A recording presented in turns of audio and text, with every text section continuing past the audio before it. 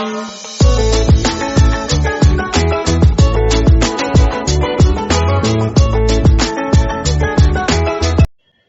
everyone, welcome to my channel. I hope you all are doing good. So today's topic which I am going to explain is from the subject Indian Economic Development, which is being studied by 12th standard commerce student Cbse board. So the first chapter from that which we are going to discuss is the Indian economy on the eve of independence. Now the eve of independence means that how was the condition of India's economy one day prior or an evening before the independence. We got independence on 15th August 1947. So we are going to study in detail that how was the condition of India's economy before the independence, right? At the same time, whenever we study a subject like India's economy, it is very important for us to understand that how was the base of the economy in the initial stages, right? Many invaders came to our country, ruled our country, and due to which various sectors in our economy got affected by their dominance and by their rule. So the three prominent sectors which we are going to study will be agricultural sector, industrial sector, and international trade, right? This is the first subtopic in this particular chapter is colonial exploitation. Now what does colonial exploitation means? Colonial exploitation means that how Britishers exploited these three sectors in India's economy. How, what all changes they brought, what reforms they brought, what acts were implemented that it brutally, we can say, exploited the various sectors of Indian economy. So let us start with the first topic, that is colonial exploitation of agricultural sector. When we talk about agriculture, we all know that agriculture is one of the most dominating occupation in our country. Majority population before independence and after independence in certain centuries, most of the population of our country was occupied in agricultural sector, exploited by the Britishers. How one of the major act which they implemented, the system which they brought, that was zamindari system. We all know when we talk about agriculture, one thing comes in our mind, that are farmers are the one who used to grow crops in the farmland. They are the ones who used to give us food, right? So what happened in zamindari system and hierarchy was, before I explain you entire zamindari system, let me tell you that this system was introduced by Cornwallis in the year 1793. Now, this zamindari system was not an actual term. This term was given through, he passed an act which was known as Permanent Permanent Settlement Act. Under this act, this system prevails, which is known as zamindari system, right? So it was Cornwallis. He was the third Governor General during the time of British rule. So he brought under the, this system was brought under the act Permanent Settlement Act. Now let us understand what is zamindari. A hierarchy was formed. Now hierarchy works in such a way that we know that the rulers were the colonials, right? They were the British rulers, and in this system zamindars were given the ownership of a piece of farmland, right? We know that the farmers are the one who used to grow crops in their piece of land, but in zamindari system they were given the ownership of those farmlands, and farmers were the tenants who used to work in those farmlands. They were made the tenants. Now these tenants used to pay to the zamindars, which was known as land revenues which was fixed by the British government. But in this system what happened, that zamindars used to collect their own wish amount, whatever they want to collect it from the farmers, and in their pocket they used to put half and rest they used to give it to the British government. So in this entire situation what happened, that farmers became who are the tilers of the farmland became the tenants. They were burdened up by giving burden up that they have to pay land revenue. They were also removed from the ownership of their own farmland because zamindars were made the ownership of those farmlands, right? This was a major exploitation done with the farmers.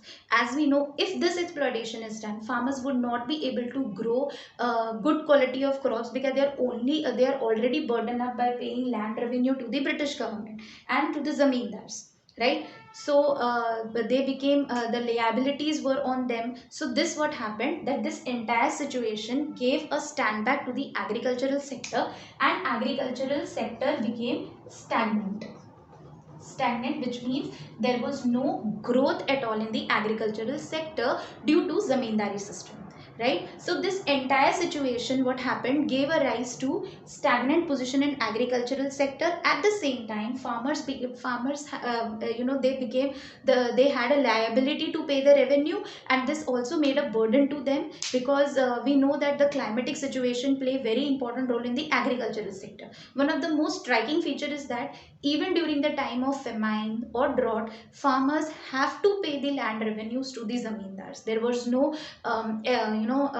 excluded for not paying the revenues. They have to pay. So this what happened, this exploited the agricultural sector very badly, and farmers condition was not that good during the time of British rule. So this was one of the major cause of stagnant and backwardness of agricultural sector prior to the Indian independence. Let us discuss the next point, that is colonial exploitation of industrial sector. Now prior to British rule, India's industrial sector in India was well known for its handicraft industries. Handicraft industries, workers used to make things from their hands. Various artifacts which was done through their hands, that was handicraft industry, which was very flourished before British rule.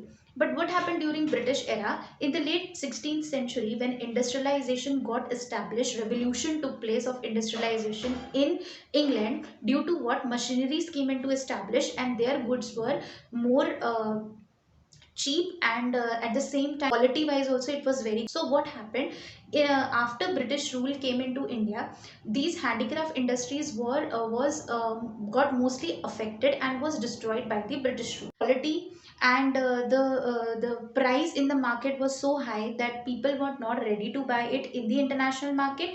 But if we talk about the domestic market, was also destroyed, because the goods which used to be exported into our country from the Britain, those were the machine made goods. At the same time, the quality of those goods were very good, and it was very cheap compared to the handmade goods. That is why the demand of handicraft industries got fell very bad in domestic market, at the same time in the international market, the international market by the British rulers. Let us come and discuss the third point, that is colonial exploitation of international trade. When we talk about international trade, 2 points need to understand over here is of import and export. Goods which needs import goods which was brought to our country from Britain, and export the goods which used to go in Britain. Right now, export used to be done of handicrafts, and imports used to be done of the goods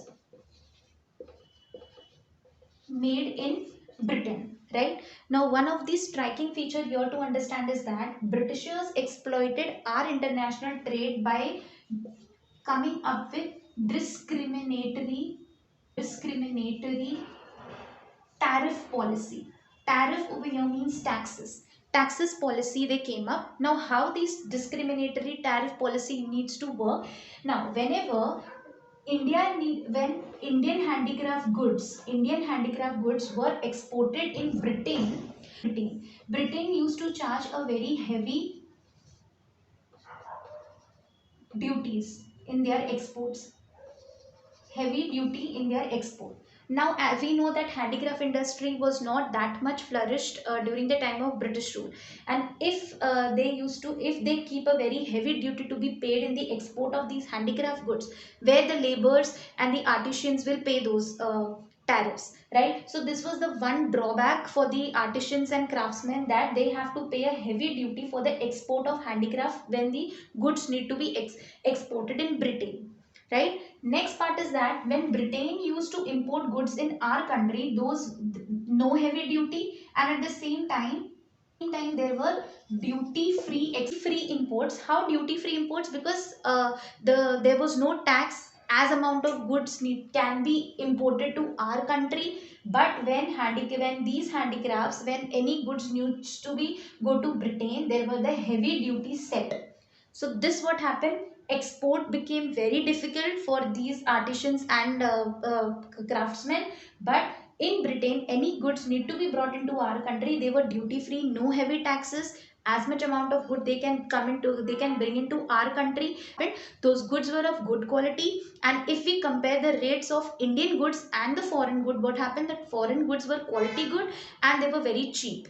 And if you talk about Indian goods were the handmade goods, not that much durable, and at the same time they were very costly compared to the Britain goods. So this what happened, that the demand for Indian goods drastically fell down, and the demand for British good got increased in the domestic market of our country.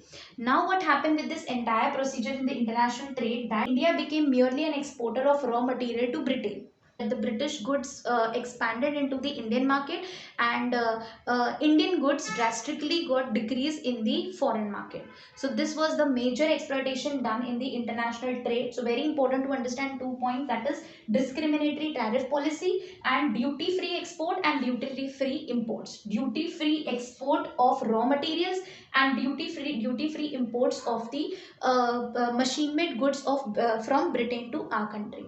So this what happened, handicraft industry was totally destroyed in our country, and the Britishers machine made good cheaper goods, the demand of those goods drastically got increased in our country. So these were the 3 points to understand in the colonial exploitation. First was agricultural sector, second was industrial sector, and the last was international trade. So I hope I have covered a very small topic today in this particular subject, in this particular topic. Next video will be of mine the features of Indian economy during the time of British rule. So I hope till here my video is would be helpful for you. If anyhow it is helpful for you, please do like, share and subscribe to my channel. So thank you. Bye.